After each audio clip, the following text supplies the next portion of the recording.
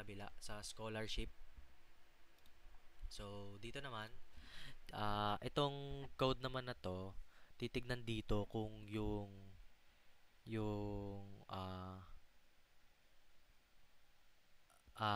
average ni student is mabibigyan ng full scholarship. Yun. Or partial scholarship lang. Or hindi siya pwedeng bigyan ng scholarship. Ganun.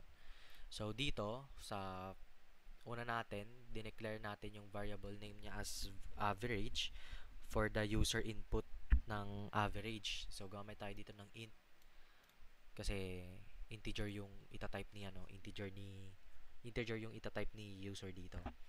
So, yung sa family naman, tinatanong dito yung family income para i-check kung dapat pa bang bigyan ng scholarship si student.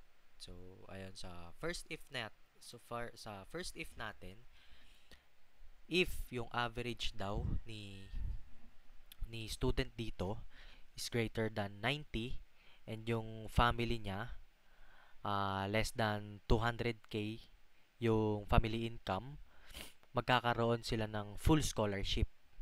Full scholarship kasi wala, full scholarship kasi ito yung naka-declare dito sa atin eh. So, magpiprint lang siya ng full scholarship. Yung sa LF naman natin, if yung average naman ni student is greater than 85 lang, tapos yung family income niya is 500 500,000, less than 500,000, ang scholarship na matatanggap niya is partial lang, kalahati lang. Then else, kung mababa yung average, tapos yung yung income nung family naman medyo ganun kataas, magiging not eligible siya for scholarship. So, ito try natin. Try natin 95. Tapos, ang income ng halimbawa, income ng family income ko. Sige, sabihin na natin 100k. Sana 100k lang. Sana 100k nga ang income namin. So, ayun, makakatanggap ako dito ng full scholarship sa kadahilan ng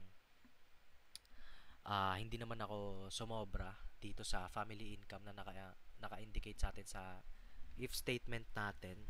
Still, pumasa tayo doon sa average na hinahanap, which is 9 starting from 90 average and above.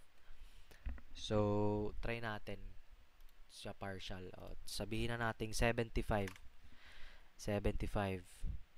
Pero ang income namin nasa 300k. Siyempre, hindi pwede. Kasi, not eligible yung nag-output dito kasi yung average natin is hindi siya umabot doon sa standard average na hinahanap for partial scholarship. So, try natin.